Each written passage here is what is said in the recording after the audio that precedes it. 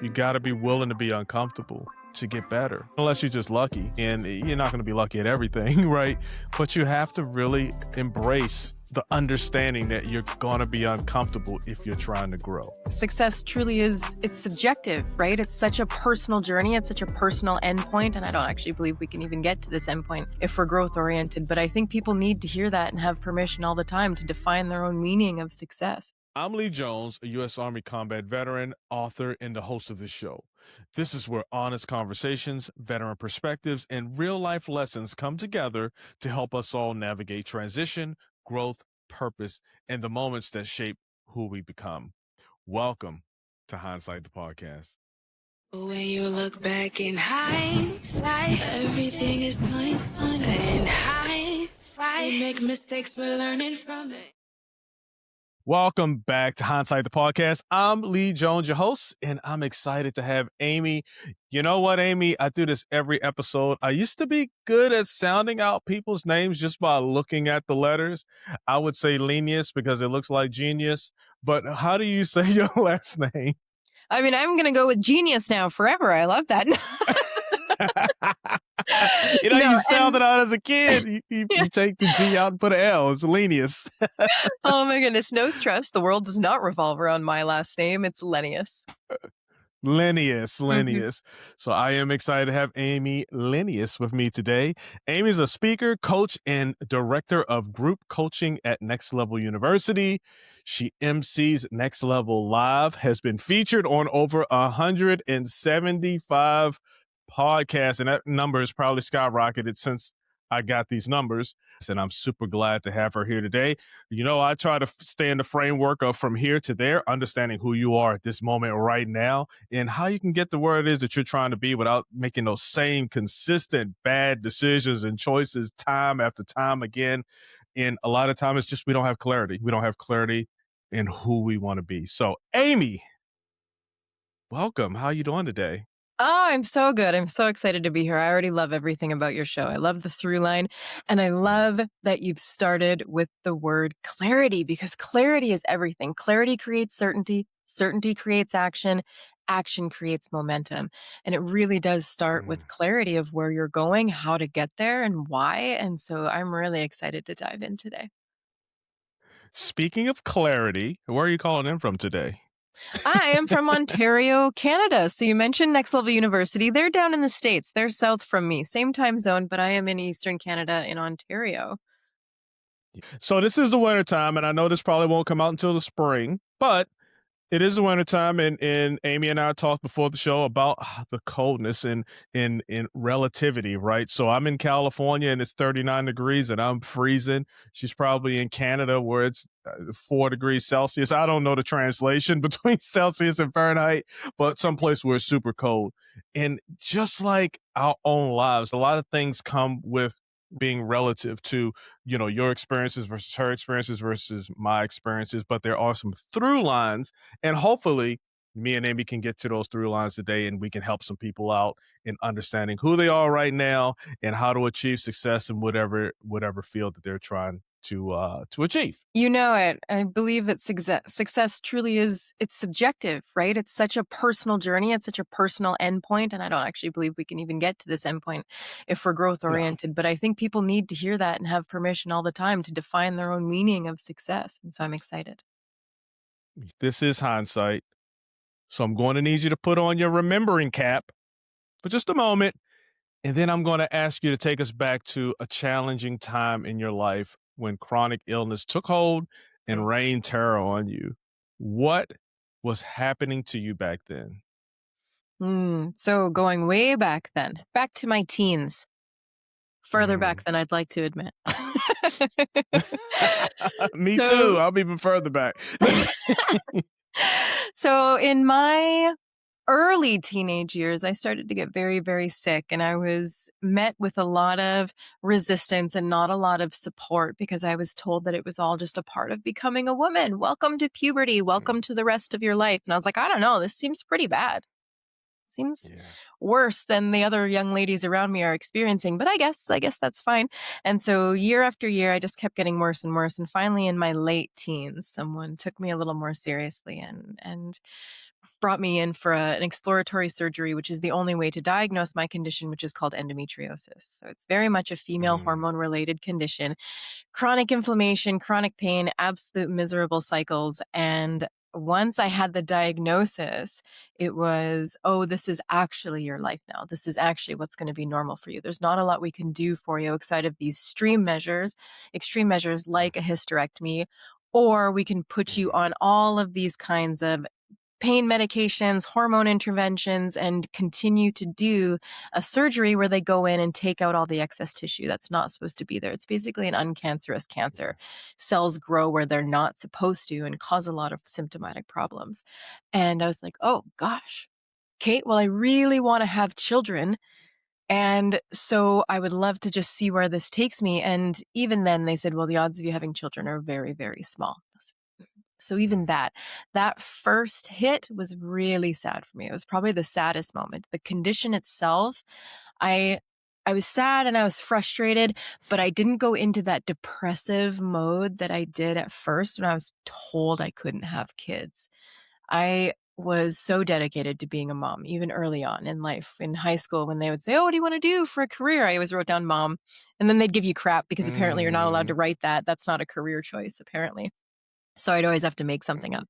But that was deep on my heart. So I went as far as mindset and as far as where I was mentally. That was my lowest point for sure, was when I was told I couldn't have kids. I actually don't get to, I never really bring this part up, but my parents could see how sad I was. And so I went through this like really depressive phase, and they took me to a specialist in Vancouver. I lived out west at the time.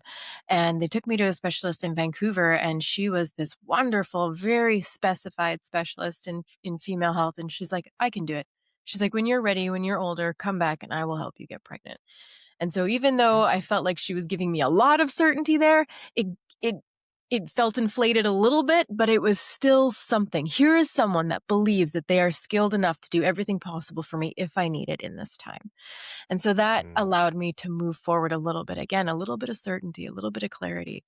And so I moved forward with just being sick and getting these surgeries and being on different pain medications, hormone interventions, all of these horrific things, honestly, when you look back at it. And in my mhm, early 20s is kind of when I had this next moment of different a different mentality. I myself was in school for anatomy and physiology at the time. I had met a lot of wonderful kind of different belief system people, and I thought, you know what? What if I just started from scratch?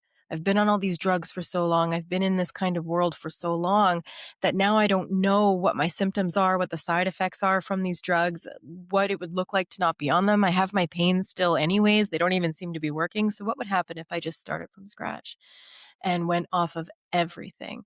And that was, I feel like, that first moment of taking my health into my own hands and being a little mhm, proactive and a little more hands on and being a partnership in my own health rather than just giving it externally to everyone else who I assumed was smarter, better, all of these things, as we should be able to do.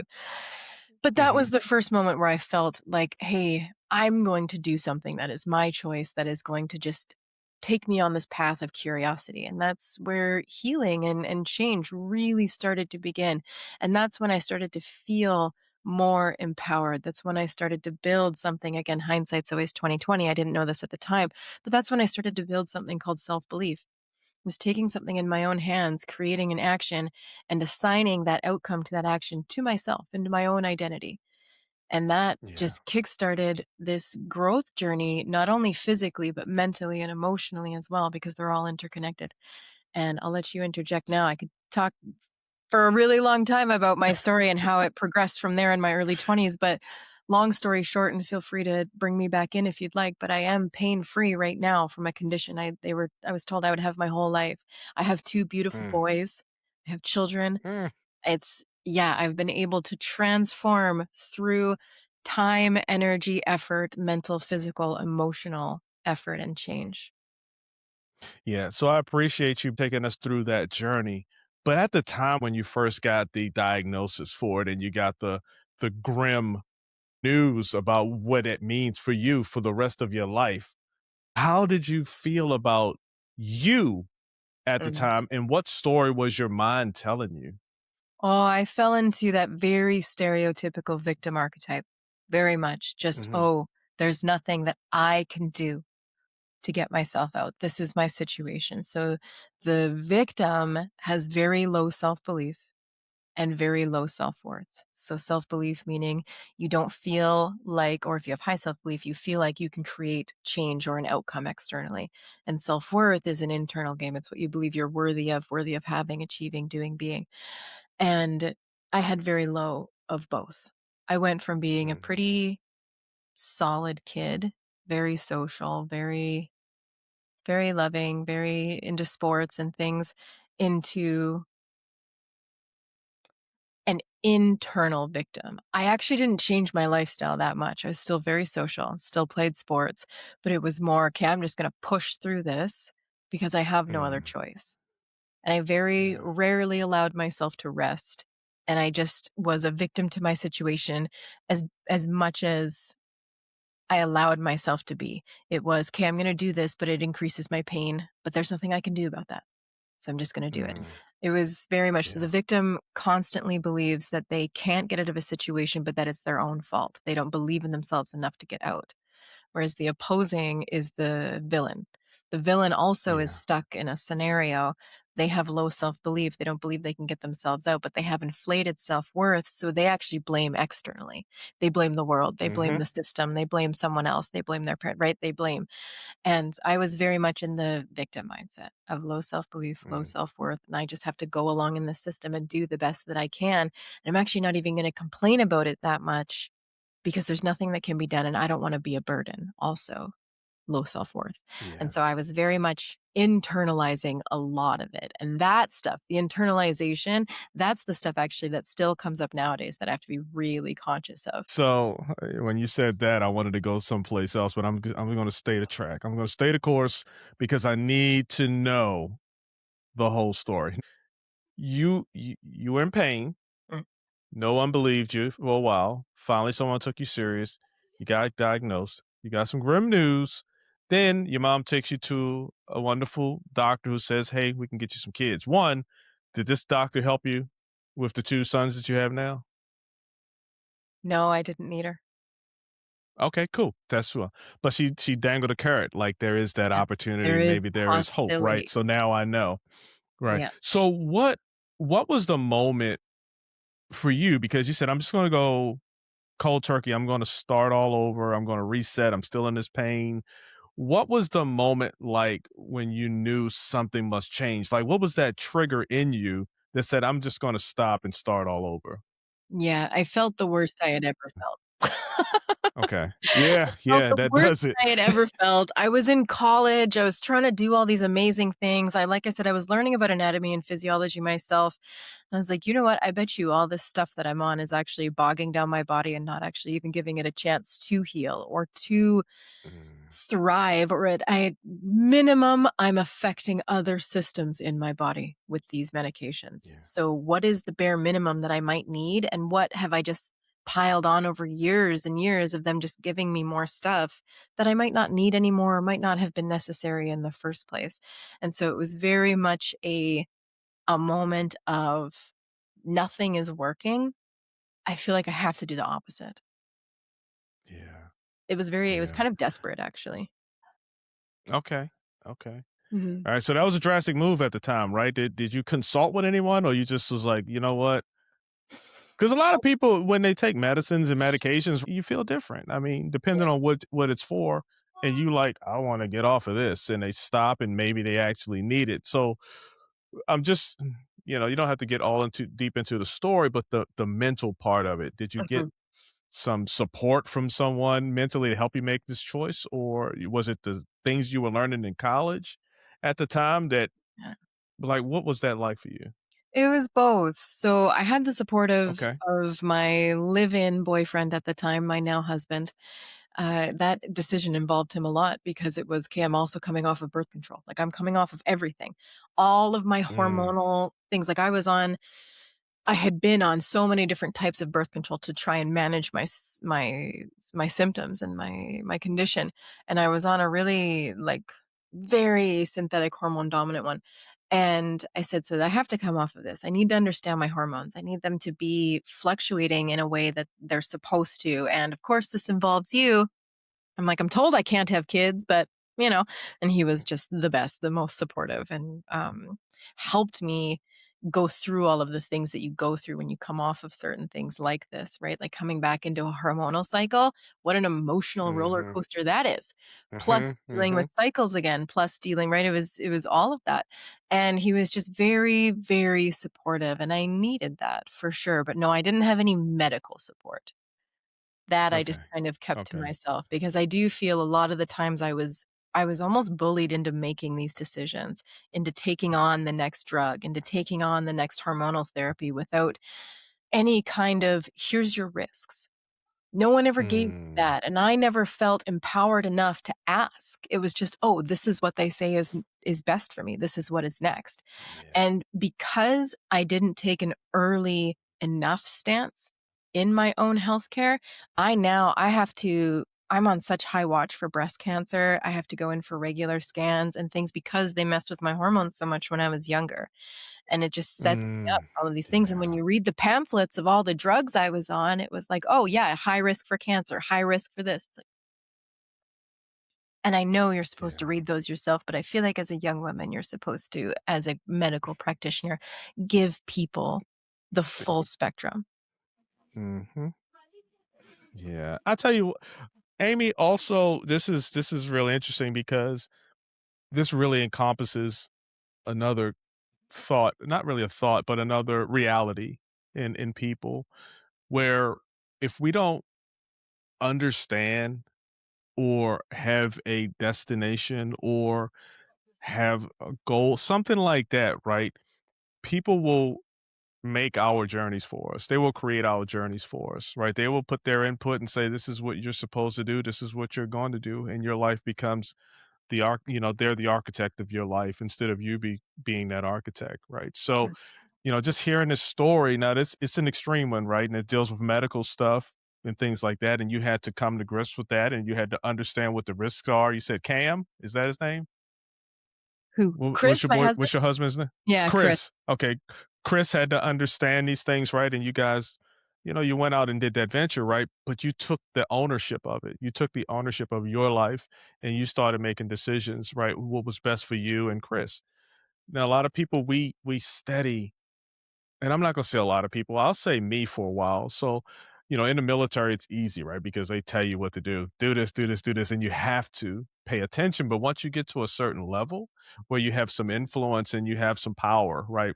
In the military power, and you're able to kind of navigate your own way and understand that the decisions that I make, the choices that I make, the way that I lead is the way that I lead, and I'm gonna succeed or I'm gonna fail based off of the decisions that I make instead of relying on someone else. So I think that's a really an important lesson for the listeners or the watchers to focus on, right? Just look at your life. Take a moment and look and see, are you just doing stuff for everybody else while you're miserable inside? Like focus on you. Figure out what it is that's going to make you happy. Figure out what it is that you want to become in the past and don't live for somebody else's life. So just want to put that out there. I When you love it. said that, it just made me think about all of those things. So, I agree um, so heavily.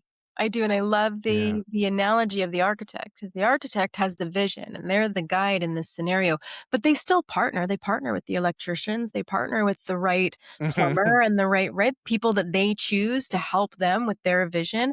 That's very different than someone else being, like you said, the creator, someone else and you just being a part Yeah. of it when it's you and it's your body.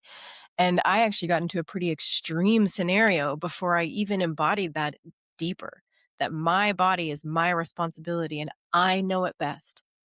Even though these people have doctorates, have everything, I know like it better than anyone else. You know your body best. You know when it feels right and when it doesn't. Even if you can't articulate it at a high level, like maybe someone else can with the proper anatomy terms and all the BS. But it's that I after my first son was born, I Mhm. had a scenario where I felt really, really sick again. And I was like, "Oh, no, this Mhm. sucks." Everything's coming back. And that was true. Everything was coming back and I wasn't feeling very good. And then something changed. The pain became different. And this sucks about chronic illness, but you get really used to your symptoms. You get really accustomed to Mm-hmm. what your pain feels like and when it is and why it is. And oh, yep, it's that time. And oh, yep, here we go. And it's just very, you get really in tune with it. And this was different. It was very different. And so it got so bad, I ended up in the hospital and they kept sending me home. Well, it's just your endometriosis. Here's some drugs. Oh, it's just your endometriosis Mm, flaring up. Here's another, high level narcotic. And I went 4 times in 1 week. And I was feeling mm, worse and worse and worse. And finally, when I went that last time, I said to my husband, I'm like, do not let them talk me into leaving. I feel like I'm dying. There's something wrong. None of the stuff they're yeah. giving me is working. I know it's not my endometriosis pain. Like, I know it's not. So we're going to go and we're going to Yeah. stand our ground. We're going to get them to take us seriously. And luckily that night I had a really great doctor. He was like, "Oh my gosh, you've been in here Mm, multiple times this week. Have you had any testing? And you have any?" No, nothing. They've sent me home. He's like, "Okay, well, let's whip you into an ultrasound." And it turned out I had a cyst burst out the back of my mm, entire ovary. Just burst out like, oh, it was big and bad. And it didn't yeah. close. Normally, like women who have PCOS and cysts on their ovaries, the cyst bursts. It's very painful, but then it subsides and because it closes itself. This one was so big that it didn't. So I had an internal bleed and I was bleeding internally for days and days and days and basically dying. And so when they saw that, Wow. they whipped me into surgery, patched everything up, cleaned out, did the procedure that I normally get for my endometriosis, cleaned all that out while he was in there, and Hmm. saved my life. And that's actually when he told me, okay, now that we've done everything here and everything's all cleaned out in there, if you want a second child when you recover from this would be a great time because all the excess endometrial tissue is gone and, your ovary is going to heal Yeah. beautifully. I saved your ovary and things. And so that's actually how we were able to have our second son. But that was the Wow. moment where it was like, oh, no one will ever tell me again what my body is experiencing over me. So, Mm, regardless of mm, whether you mm, know how mm. to describe it or not, you do know your body best and you do have that empowered responsibility to take action, even if you don't know what it is, and to find someone who's gonna help you take that action. Yeah. That is I don't know what to say about that. I look at I look at some news things and they talk about how women aren't always listened to by doctors. And that's the first thing that came to my mind.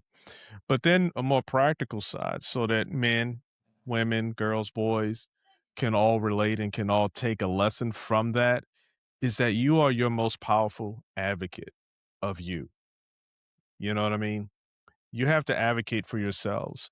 Now, in certain situations, these doctors, God bless them, they see a lot of people, they see a lot of commonality in things, and they make determinations based off of experience, based off of schooling, and they make rash determinations. And it's up for us in any situation, be it at work, be it in a medical, what you were going through, to be an advocate for yourself. And I appreciate because you were going through it. Like you're in pain. You're going through it. And I'm glad Chris was there to be an advocate for the both of you. You know what I mean? To make sure that you were heard.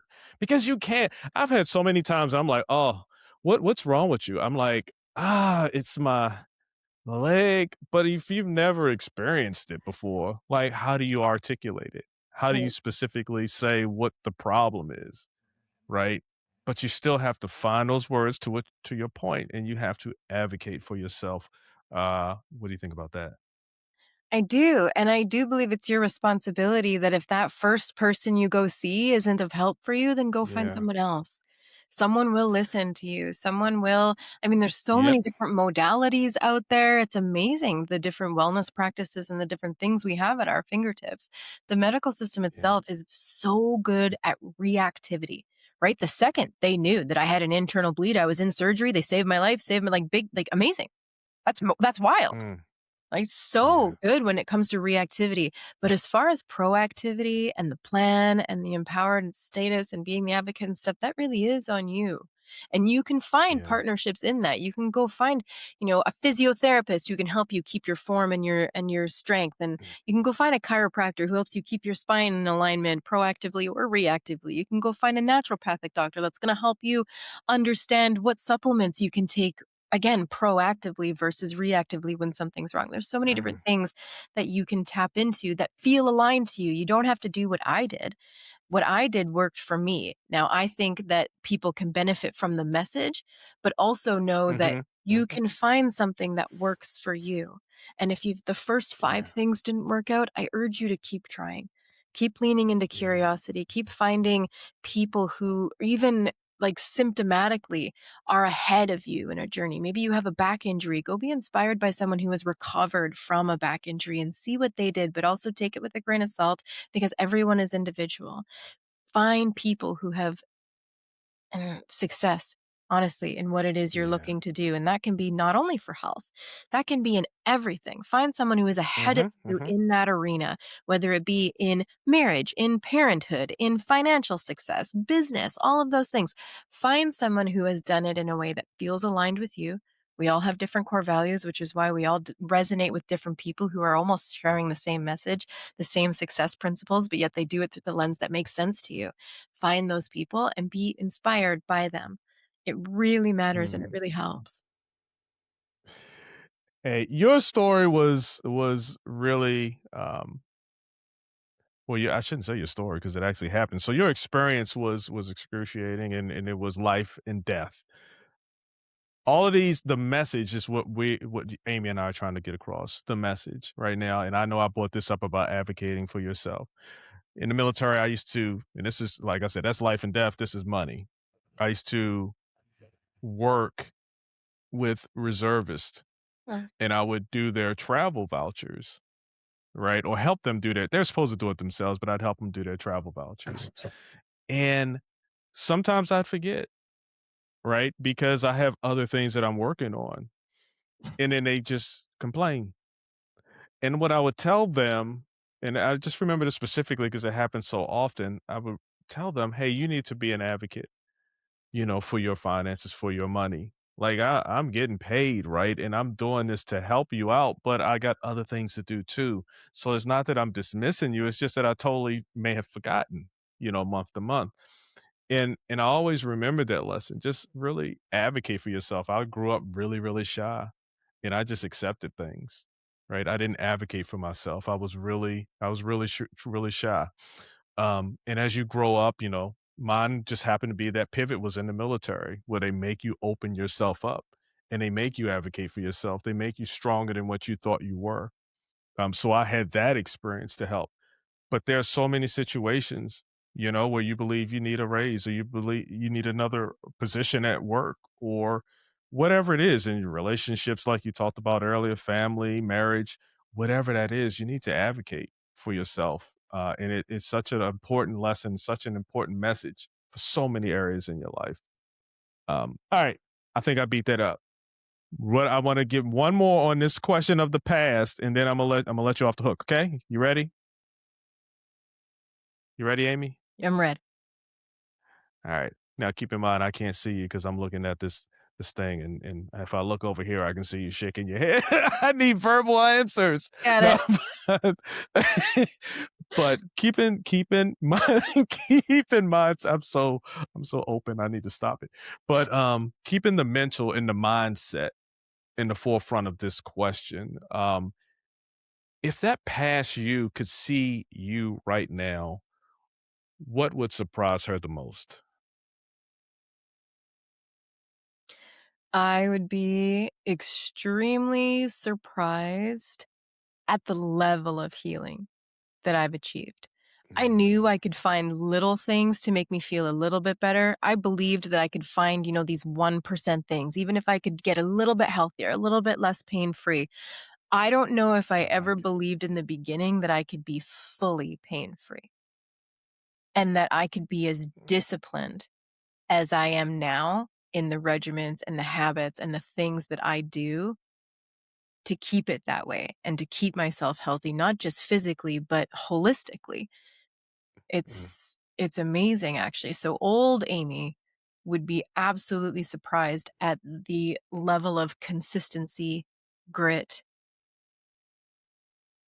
yeah, at the systems I have in Yeah. place that I run daily that I didn't have back then because I was kinda just high level winging it. Oh, man, I like that.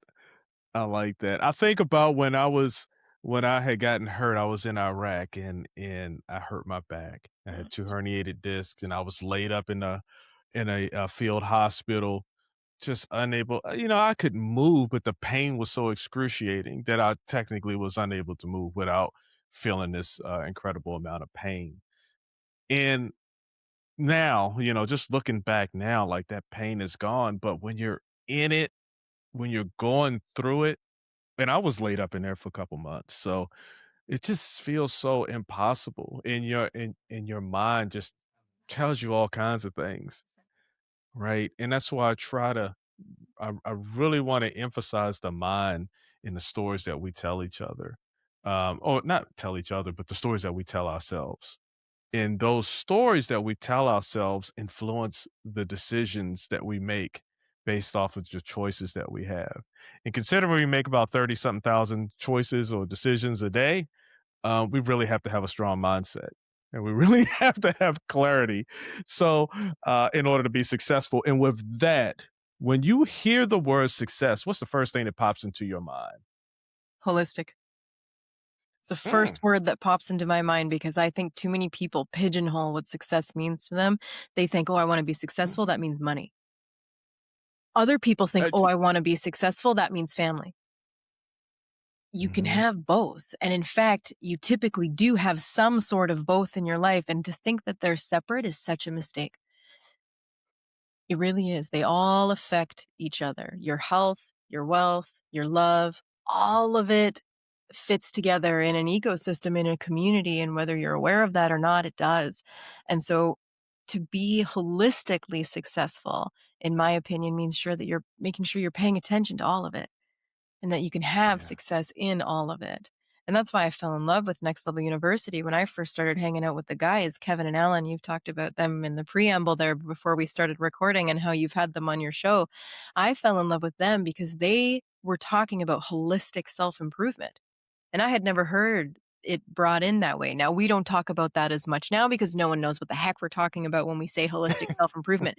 But I fell in love with the word holistic when I was healing because for me to become pain free and have the life that I have now, I had to expand out of the idea of just my bunk uterus. It was, oh, I had to Mm, gut, health, liver, sleep, stress, external environment, persons, places, things, ideas, all of it had to come together for me to have what I have now and expand into what I'm even yeah, expanding into now.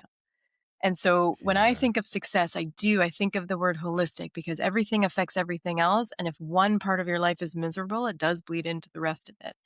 I mean, no one knows better than someone who has had a back injury that you have never been more grateful for mobility and things Mm, to how much you took your back for granted until you herniate a couple discs. Oh my goodness. Right? Once one of those things goes, especially health, right?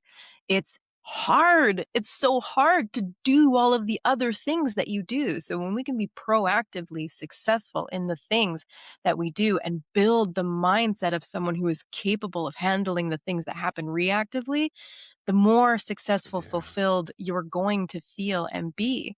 So, me doing all of those things back in the day to heal myself, that built a character of self belief. Oh, I can figure this out. I don't know how yet. I don't know how to do it, but I can figure it out. I Yeah, myself yeah, herniated two absolutely. discs. I myself herniated L4, L5, L5S1. And it was obviously super frustrating at first, but I was like, I can figure this out. And I just did. I Mm, talked to who I needed to talk to. I worked with who I needed to work with. I found the specific yoga videos that I did religiously every day. And now when I yeah, feel a little twinge, I get back into it, fix it, off I go. But that wasn't who I started as. I yeah. built that, and anyone can build that. I think there's this misconception that you are built with a certain amount of confidence, a certain amount of self-belief and self-worth, and that, people who don't have those things, they're stuck that way. You're really not. These are Mm, all things that you can build and cultivate for yourself to have the life that you wanna have. yeah, I love it. Give me 1 second. You got Apologize. this.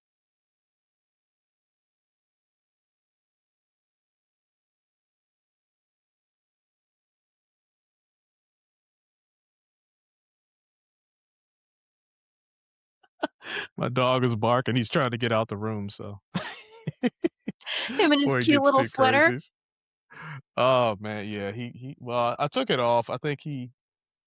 Anyway, I took it off him because man, we went out this morning. It was super cold. I think I Mm. told you that earlier. Super cold for here in California, maybe not in Canada, but um. So, staying on the topic of success, what are the three pillars that you believe create success in people's goals? Oh, I believe that if you can build self belief being the main one, like we said, self Mm-hmm. belief is your belief in your abilities to achieve external outcomes. So it's self-efficacy. Your belief in your Mm-hmm. capacity, your capability, those kinds of things that with enough time, energy, and effort, you can figure something out or find a way. Yeah. Self-belief. Self-worth is the next one. If you have Mm-hmm. low self-worth, you are going to struggle to keep the promises you make to yourself. You're going to struggle to hold boundaries, have social courage.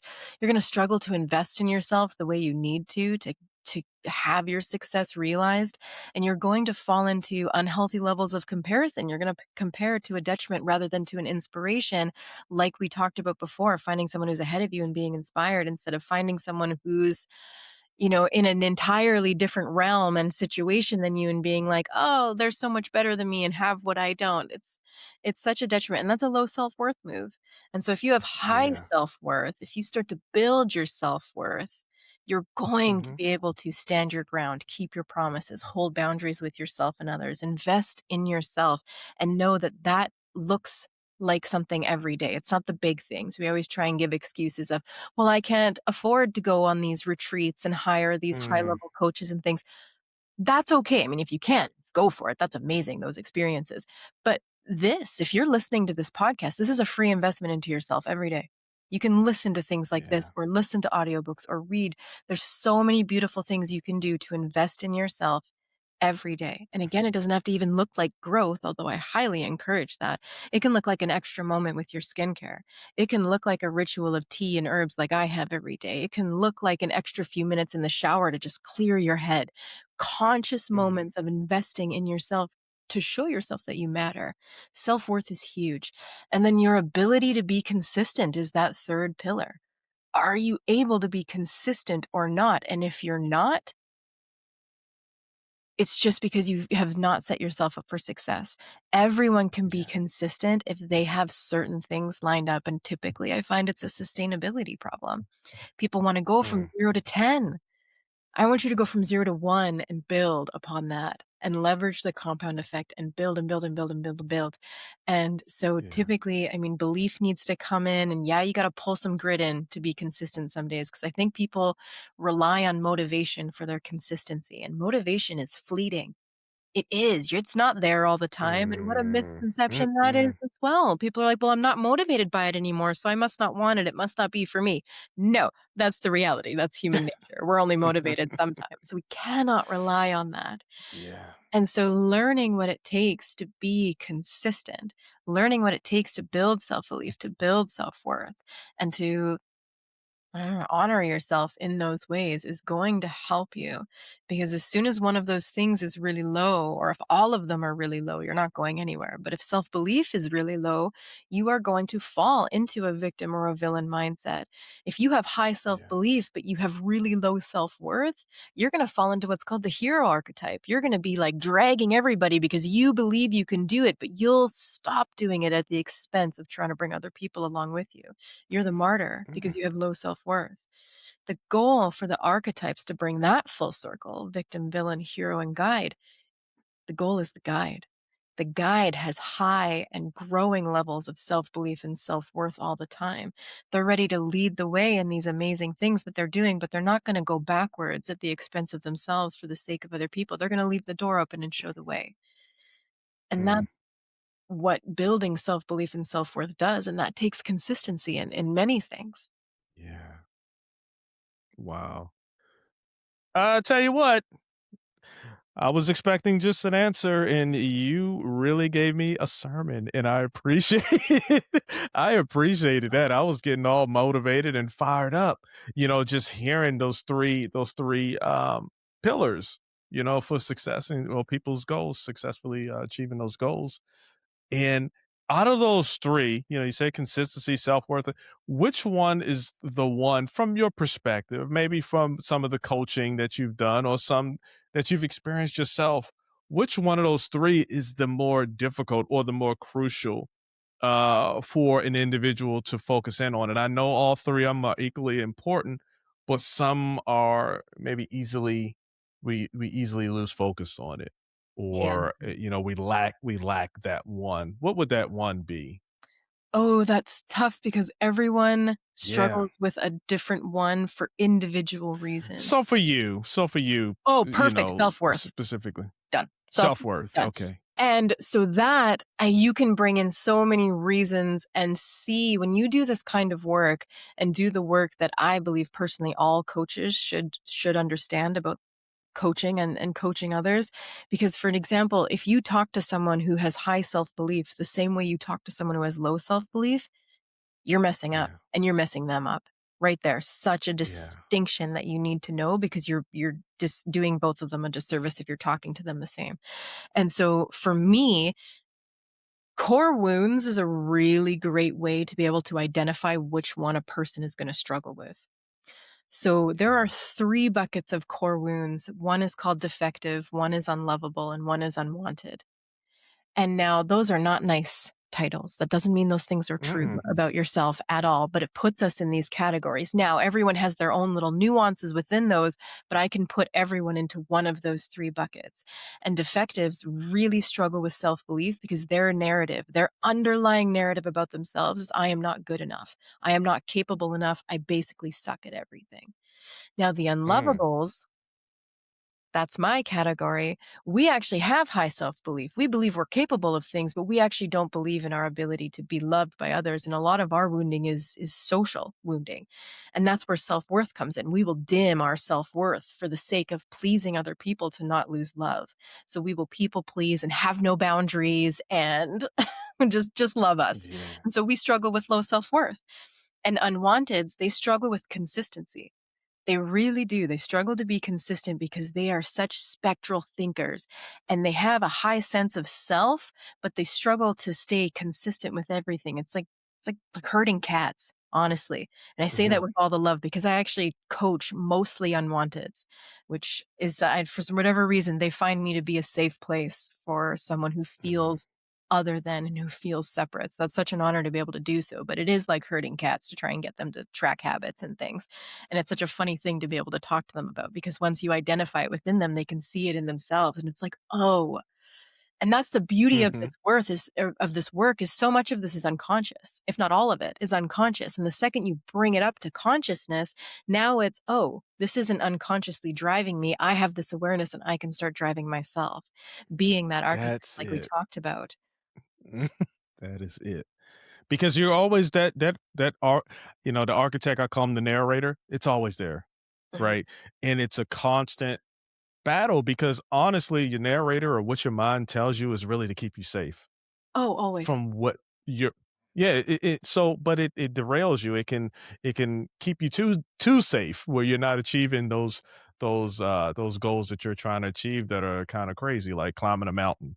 Like I remember, and this wasn't a goal of mine, but I remember s- distinctly or whatever the right word is when I was in the military. Now, I say I'm in the military. I wasn't one of these guys that like, hey, I want to shoot up everything and conquer hills and do all this stuff. I was in as a supply sergeant or a supply clerk at the time. So I was in Alaska and I was in a unit that was a combat engineer unit, meaning they go and they breach obstacles so that the infantry can run in, like they blow up stuff.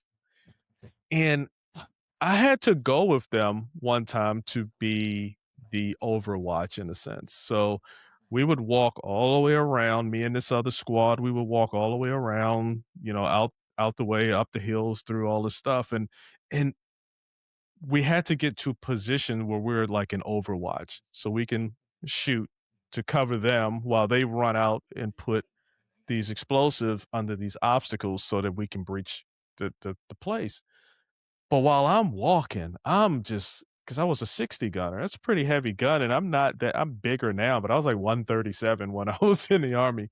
So my mind was telling me, "Oh my gosh, when is this over? I can't do this." This is too heavy. We're going too far. All of these things, it was just constantly telling me. But in the army, the benefit that you have is that you got people like, keep going, move, let's go, let's go, let's go, right? We don't always have that external rah rah or, someone that's motivating you to go, but you can always rely on yourself, right? Ultimately, you have to rely on yourself. I had to rely on myself too. Even though I'm hearing them say, keep going, I had to do it. I had to go. I had to convince myself because my narrator was saying, if you just sit down right now, you'll be really comfortable and this won't hurt anymore. But when I got to that spot and we stopped and I took my helmet off and all the sweat poured down my face, the first thing I thought was, I did it. I Yeah. made it. I didn't even know I could do this. I had never done that before. To walk with them so far with all this weight, weapons, guns, ammunition. And that's the beauty of understanding how your mind works, how your narrator talks, understanding that it is a daily, minute by minute conversation that you're having with yourself. And once you understand that you can be the narrator, you can write your own script. It's powerful. You talked about how they said, "Oh, I didn't know it's unconscious." A lot of these things happen unconsciously. So I just wanted to say that you were talking, it made me think about that experience, just walking out there and just knowing that I wasn't going to make it. Why do you have me out here? I'm just tiny little supply clerk with all of these infantry people. And why am I here? Because I was supposed to be there and because everything that I did contributed to the success of that mission. So yeah, That's incredible. It really is, and that's a lot of words. it was amazing. It was, and it shows, like, that right there, that built a new identity, a new level of self-belief Ex- within you. The more you do yeah. hard things, and again, hard is relative, right? That was something that was Mm. very hard for you at the time, but also within the scope of what you were doing. Now, for someone else, that might be extremely detrimental, right? We're not asking you to go from 0 to military mission, right? I'm not asking you to go from 0 to changing your whole entire existence to be healthy and do all of those things. Everything, even I bring myself back in as an example, everyone's like, "Oh, what was the one thing? What was the one thing that, got you better and did all these things?" It's like, "Oh my gosh, no, it was a bunch of unsexy fundamentals compounded over at Yeah. least a decade, but it was worth it." Mm, that's And it. each time I had a little win, and each time something worked, and each time I got through a hard moment, the identity built. Right? You talk about that inner narrator. We have multiple. We really do. We have one that tries to keep us small, one that tries to keep us, there's so many. But if you are just starting this work, name two. Who is your inner critic and who is your inner cheerleader? They're in there.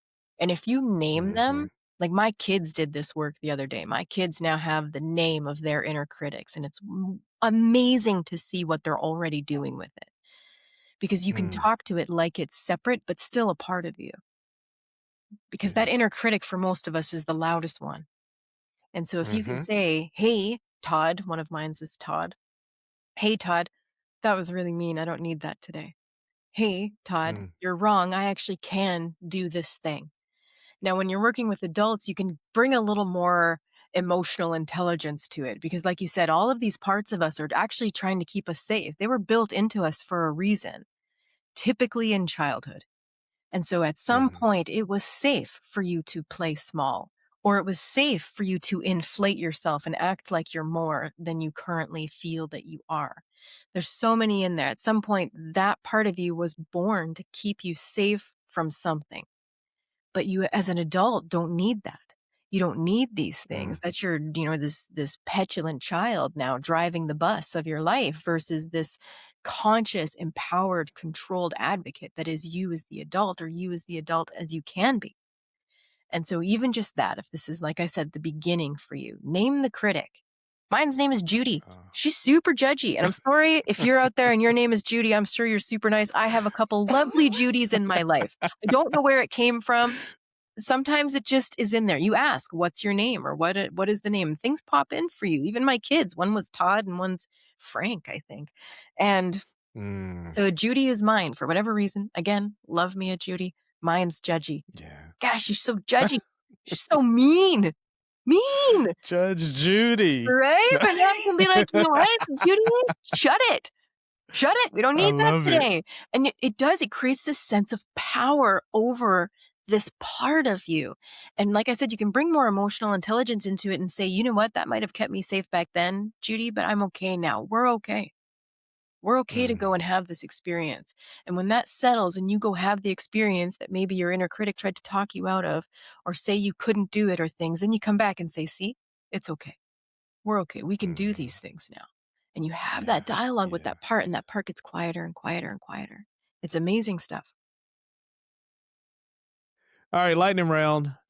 I'm gonna ask you about 3, 4, 5 questions. I don't know how many. See where time goes, and I just want you to take about 20 seconds to answer each. They're really simple, I guess, but they are going to make you think just a I'm little bit. Are you excited. ready, Amy? Yep, ready. All right. One. What's a belief that you retired for good? That I can't be healthy. Mm, I had that belief. If you I want the like that. specificity, what's the specifics of it? My narrative used to be my body is a broken piece of garbage. I used to literally say that. Mm, That was a belief yeah. that ran through me. And now I don't have Mm, that. And that took a yeah. lot of hard work. Okay. All right.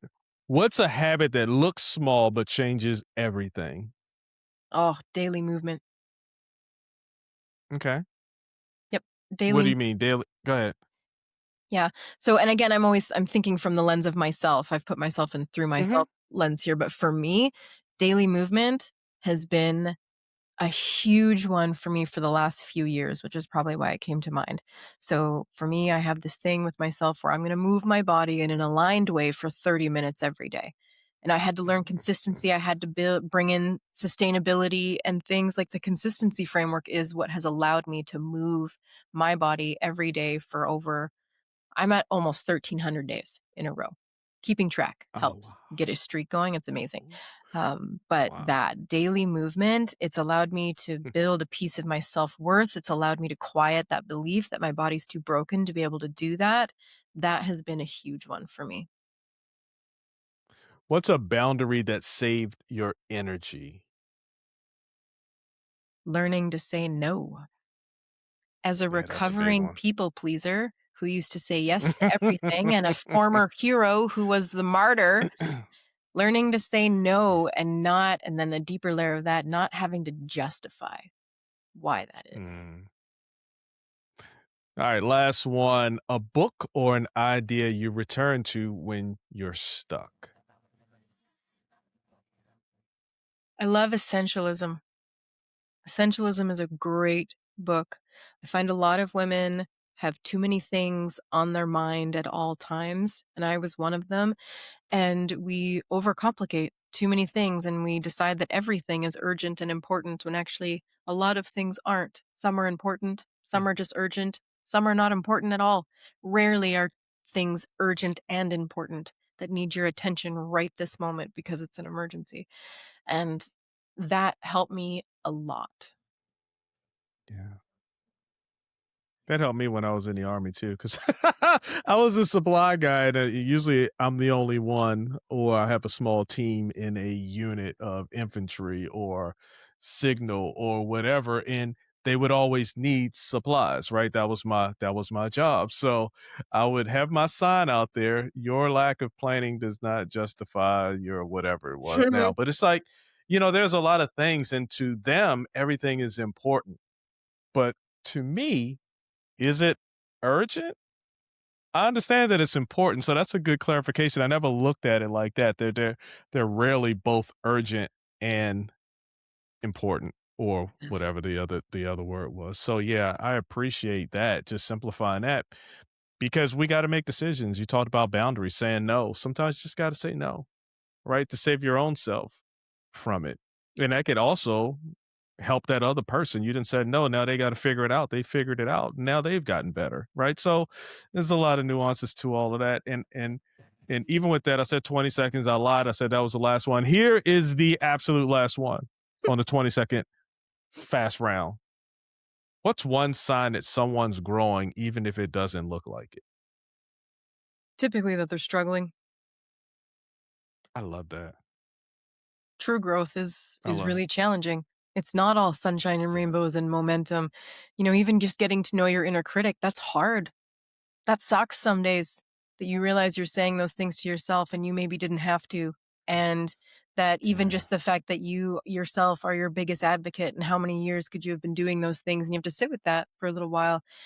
Personal development, self-awareness, actual growth, even if the trend line is going in the right direction, right? You always want the trend line. You want it going up and to the right. You want it moving forward, but there Mhm. are peaks and valleys along that trend line along the way. And when you are in the valleys, that means you're probably doing some of the most important work that you need to do. And it's okay that it sucks. And I think it's important to know that because most people will say, Yeah. "Oh, this is hard. This sucks. I feel terrible about this thing. This work must not be for me or maybe I'm doing it wrong." When in reality, I would argue that you're probably doing something really right and to keep going. Yeah. I used to when I got a little rank in the military and I had my own platoons and we go out on runs and you see the struggle on faces. You can see the narrator in the people's, just by their faces and the things that they're doing. And, my motivation and my encouragement to them was, if you're never going to get better if you run comfortably. Mhm. You got to be uncomfortable. You got to be willing to be uncomfortable to get better. Right? And it's just how it is. I mean, unless you're just lucky and you're not going to be lucky at everything, right? But you have to really embrace the understanding that you're going to be uncomfortable if you're trying to grow. So that was from a physical, mental capacity. There are a lot of ways that holds true. Mm. But the point is, understand where you are, what you're trying to get to, and you'll make the right decisions because you're doing it with purpose instead of letting someone else kind of control or letting the narrator win. And you're like, you know what?